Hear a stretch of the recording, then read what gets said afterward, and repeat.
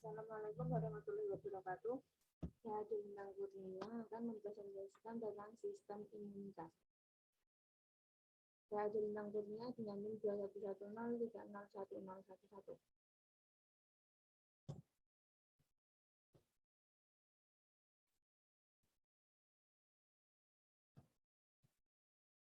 Yang pertama, pengertian dari sistem imun atau sistem kekebalan tubuh merupakan sel-sel atau jaringan atau organ yang bertanggung jawab atas imunitas organisme. Imunitas juga diartikan sebagai pertahanan organisme untuk melindungi tubuhnya dari penyakit atau antigen yang masuk ke dalam tubuh. Yang kedua, ada istilah-istilah dalam sistem imun, yaitu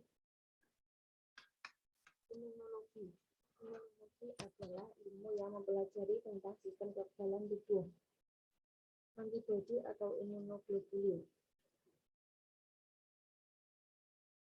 Imunoglobulin merupakan glicoprotein yang dihasilkan oleh sel B atau limfosit B yang berfungsi untuk menghancurkan antigen.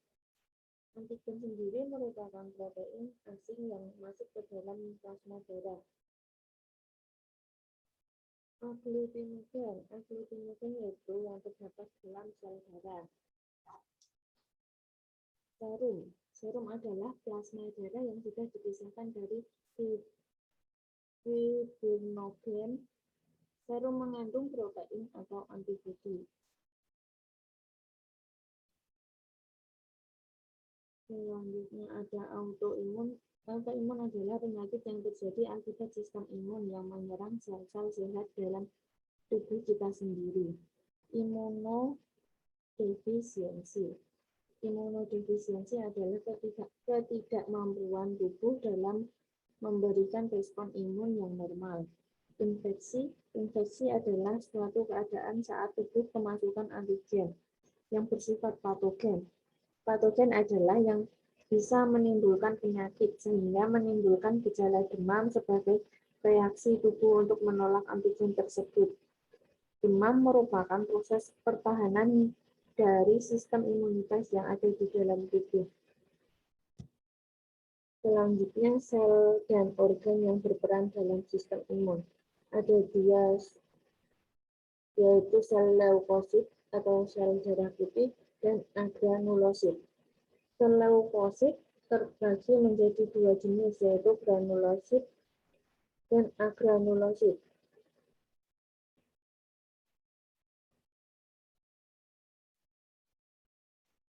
Granulosit dibagi menjadi tiga. Neutrofil berperan dalam fagositosis. Eosinofil mengendalikan reaksi alergi melawan parasit multiseluler. Basofit pengeluaran histamin dan reaksi alergi. Agranulosit, di mana monosit atau makrofag yang berperan dalam fagositosis. Agranulosit dibagi menjadi tiga, monosit atau makrofag berperan dalam fagositosis. Limfosit B berperan dalam pembentukan antibodi atau imunitas humoral. Limfosit T berperan dalam imunitas seluler. Selanjutnya ada organ-organ yang berperan dalam kekebalan tubuh, yaitu ada hati untuk pembentukan limfosit, sumsum tulang belakang, tempat pembentukan leukosit secara umum yaitu granulosit, monosit, limfosit, dan tempat pematangan sel limfosit B. Terus ada timus tempat untuk pematangan limfosit B. Jaringan limfa terdiri dari kelenjar limfa, timus, dan tonsil yang berfungsi sebagai tempat akumulasi limfosit. Jenis-jenis kekebalan tubuh. Ada dua jenis kekebalan tubuh, yaitu kekebalan tubuh aktif dan kekebalan tubuh pasif buatan. Kekebalan tubuh aktif merupakan bisa menghasilkan antibodi sendiri.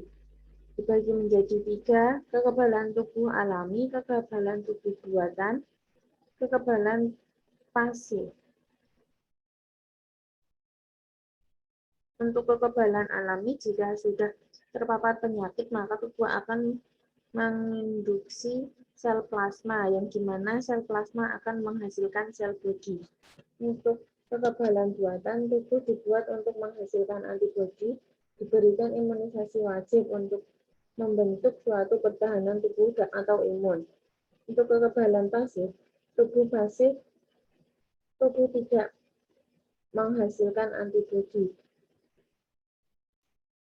Kekebalan pasif dibagi menjadi 2, pasif alami dan pasif buatan. Untuk pasif alami, yaitu alami, tidak ada tambahan imunisasi dan lain-lain. Pasif buatan diberikan antibodi dari luar tubuh, jarum, tetanus, dan lain-lain.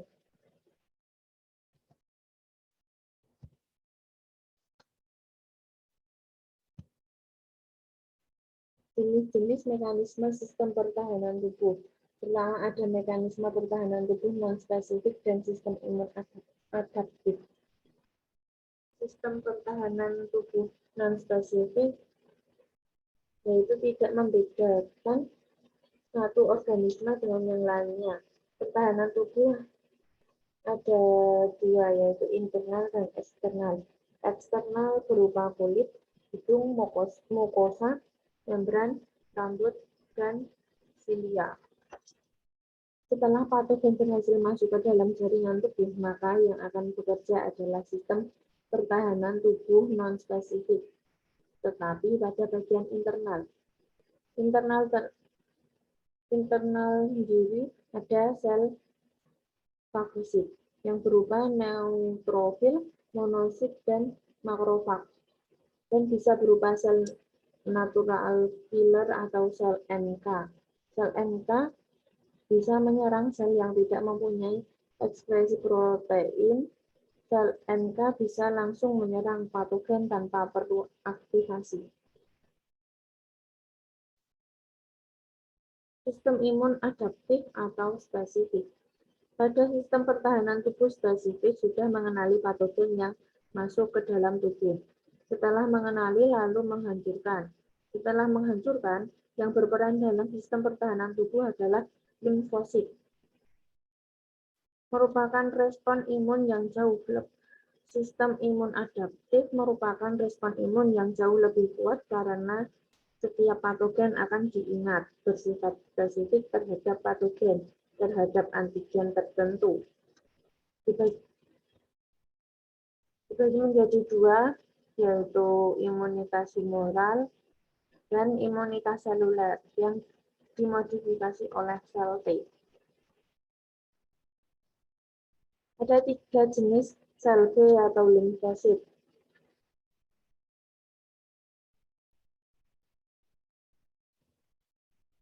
Imunitas humoral yaitu imunitas humoral dimodifikasi oleh sel limfosit B. Limfosit B dibagi menjadi 3.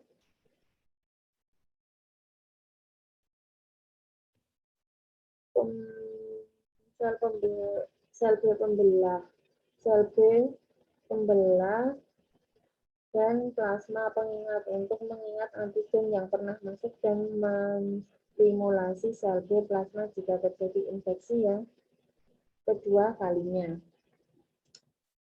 Jenis-jenis antibodi atau imunoglobulin. IgG. IgG adalah antibodi terbanyak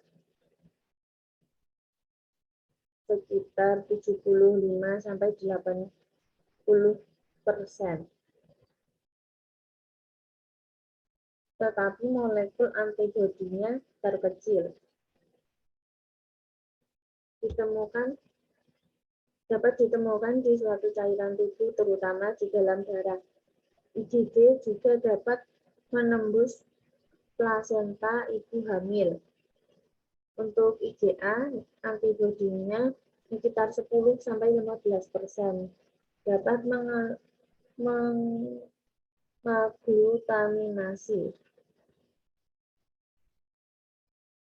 dapat mengaglutaminasi kuman.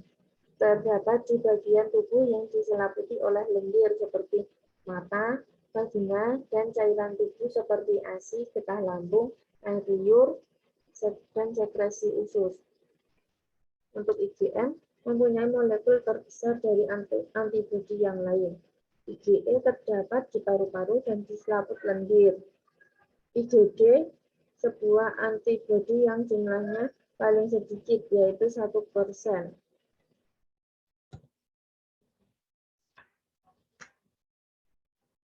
Empat cara kerja imunoglobulin. Pertama, aglutinasi, yaitu penggumpalan. Terjadi apabila molekul antibodi mempunyai 2 atau lebih tempat pengikatan terhadap antigen, sehingga antigen mudah dinetralkan.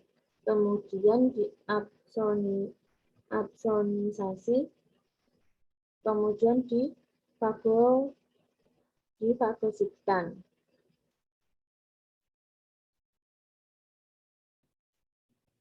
Kedua, ada presipitasi atau pengendapan. Merupakan pengikatan silang molekul-molekul antigen yang terlalu dalam cairan tubuh diendapkan dan dibuang melalui fagositosis. Terus netralisasi atau antitoksin dengan mengikat antigen agar aktivitas dari antigen terhambat atau menetralkan racun. Yang keempat, fiksasi komplement atau lisis atau mengurai.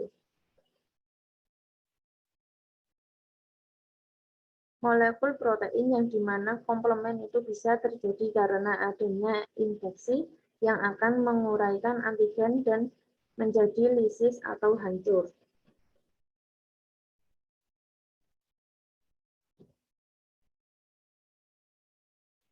Yang terakhir yaitu penyakit-penyakit dalam sistem imun tubuh. Ada 2 yaitu imunodefisiensi dan autoimun. Imunodefisiensi yaitu suatu ketidakmampuan tubuh dalam memberikan respon imun disebabkan oleh penyakit-penyakit seperti Down syndrome, HIV/AIDS, kekurangan gizi atau malnutrisi, dan kanker. Untuk autoimun, di mana penyakit yang terjadi karena antibodi menyerang sel-sel atau jaringan sehat pada tubuh. Ada penyakit yang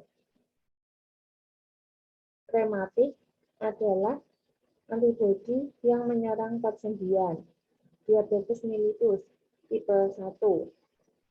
Bila antibodi menghancurkan sel B di pankreas sehingga tidak bisa memproduksi hormon insulin. Untuk multiple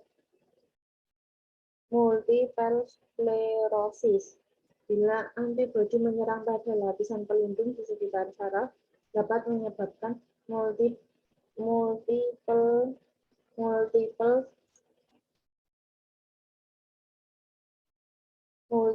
sklerosis. Sekian dari saya. Assalamualaikum warahmatullahi wabarakatuh.